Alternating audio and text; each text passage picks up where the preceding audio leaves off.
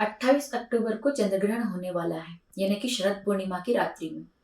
जिस रात्रि की प्रतीक्षा हम लोग वर्ष भर करते हैं कि चंद्रमा का दर्शन करेंगे, खीर रखेंगे चंद्रमा की किरणों के सामने और उसके पश्चात उस खीर का पान करके हम जीवन में दिव्यता को प्राप्त करते हैं, क्योंकि वो 16 कलाओं से पूर्ण होते हैं उस दिन। और जो प्रसाद बनता है वो हमारे जीवन में दिव्यता और श्रेष्ठ गुणों का वर्धन करता है। लेकिन इस वर्ष चंद्रग्रहण होने वाला है। खीर तो रखी जाएगी, लेकिन तुलसी पत्र के साथ और डाब के साथ। हमसे कई बार लोग पूछते हैं कि सूर्य ग्रहण और चंद्र ग्रहण होता क्यों है, क्यों ग्रास करता है राहु सूर्य को और चंद्रमा को। इसकी कथा हमें श्रीमद् भागवत कथा में सुनने को मिलती है। जब नारायण भगवान साक्षात मोहिनी बन करके और देवताओं को अमृत पान करा रहे थे, यानी कि धन्वंतरी भगवान जब अमृत का कलश लेकर के प्रकट हुए समुद्र मंथन की कथा के अनुसार, तो वो कलश मोहिनी भगवान को प्राप्त हुआ। ये दायित्व भगवान नारायण के पास था कि आप ये अमृत आप देवताओं को प्रदान करें। अब कथा की श्रेष्ठता देखिए कि देवता और दैत्यों दोनों को पंगत लगाई गई, लेकिन अमृत देवताओं को पिलाया गया। उसके पीछे भी एक कारण था नारायण भगवान का, क्योंकि अयोग्य को मिला हुआ अमृत समाज का विनाश कर देता है और योग्य को मिला हुआ जहर भी समाज का विकास कर देता है। उदाहरण साक्षात नीलकंठ भगवान। और अमृत, अयोग्य को अमृत मिलेगा तो उसका उदाहरण आप देख रहे हैं 28 अक्टूबर को होने वाला चंद्रग्रास। अब भगवान जब अमृत बांट रहे हैं देवता और दैत्यों को, तो देवताओं को अमृत पिलाया जा रहा है और दैत्यों को मीठा पानी, ताकि उन्हें भी भ्रम रहे कि अमृत पी रहे हैं। लेकिन एक राक्षस ने सोचा, उसको चतुरता उसने की कि कहीं ऐसा तो नहीं कि हमारे साथ धोखा हो रहा है। तो वो सूर्य और चंद्रमा के बीच आकर के बैठ जाता है और अमृत पान कर लेता है। जब चंद्रमा और सूर्य को पता चला कि ये तो राक्षस है, तो नारायण भगवान को इशारा कर देते हैं कि ये तो असुर है। नारायण भगवान तुरंत सुदर्शन चलाते हैं और उसकी गर्दन काट देते हैं। लेकिन तब तक वो राक्षस अमृत पी चुका था। वो दो भागों में बढ़ गया, जिसे राहु केतु कहा गया, क्योंकि सूर्य और चंद्रमा ने उसका भेद खोला था। इसीलिए हम देखते हैं कि समय समय पर चंद्रमा और सूर्य का ग्रास होता है। जब राहु सूर्य का ग्रास करते हैं तो उस समय सूर्य ग्रहण कहलाता है, और जब चंद्रमा का ग्रास होता है तो चंद्र ग्रहण कहलाता है। और वही चंद्र ग्रहण 28 तारीख को आने वाला है, और वो भी शरद पूर्णिमा की रात्रि। 16 कलाओं से पूर्ण चंद्रमा का दर्शन करने का अवसर मिलेगा, लेकिन ग्रहण के साथ। हम उस रात्रि में, जैसा कि आप जानते हैं, 4 बजे से सूतक काल प्रारंभ हो जाएगा। सायं 4 बजे के बाद भोजन नहीं बनेगा। मंदिरों के कपाट बंद हो जाएंगे।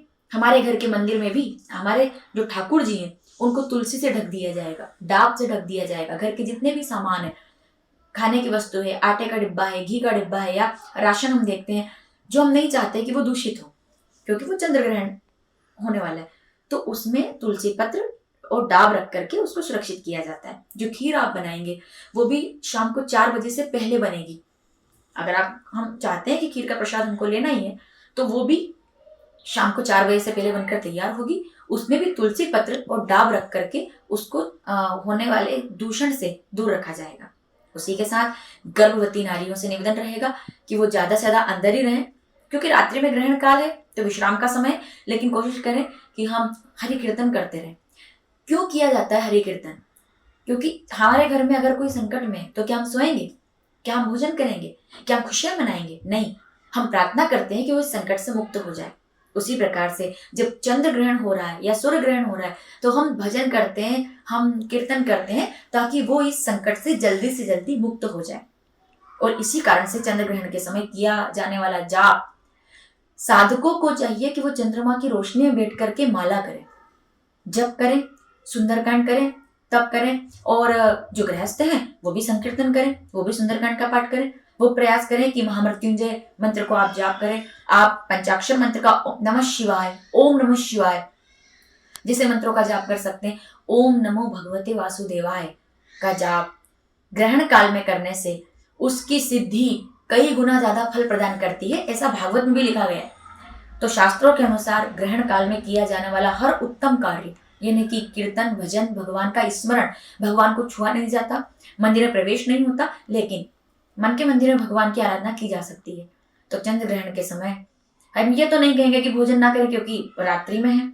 हम ये भी नहीं कहेंगे कि आप बाहर ना निकले क्योंकि रात्रि में है, लेकिन संकीर्तन करें, भगवान का भजन करें। 16 कलाओं से पूर्ण है उस दिन चंद्रमा, उस रात्रि में, शरद पूर्णिमा की रात्रि, जिस दिन श्री वृंदावन बांके बिहारी लाल भी अपने हाथों में बंसी धारण करते हैं। लेकिन मंदिरों के पट बंद रहेंगे, हृदय के पट खुले रहेंगे। जिसमें हम चंद्रमा को इस संकट से मुक्ति के लिए कीर्तन करेंगे, भजन करेंगे। और शाम को 4 बजे से लेकर प्रातः 4 बजे तक ये ग्रहण का काल है। सूतक लग जाएगा 4 बजे, सुबह लगभग हम देखेंगे 1 बजे से लेकर रात्रि में 2:25 तक ग्रहण काल होना है। उसके बाद मुक्ति है। अब सुबह 4 बजे फिर से मकान की सफाई होगी, घर की सफाई होगी, मंदिरों की सफाई होगी, फिर ब्रह्म मुहूर्त में साफ सफाई करके और अगले दिन चंद्र ग्रहण का दान निकाल करके और फिर पुनः हम भगवान से प्रार्थना करेंगे कि ये ग्रहण काल हमें दोषों से मुक्त रखे और हमें आरोग्यता और स्वास्थ्य प्रदान करे। तो आइए इस ग्रहण काल को विशेष बनाते हैं अपनी साधना के साथ, अपने तप के साथ, और हर प्रकार से संकट से मुक्ति के लिए हम प्रार्थना करते हैं। जय महाकाल।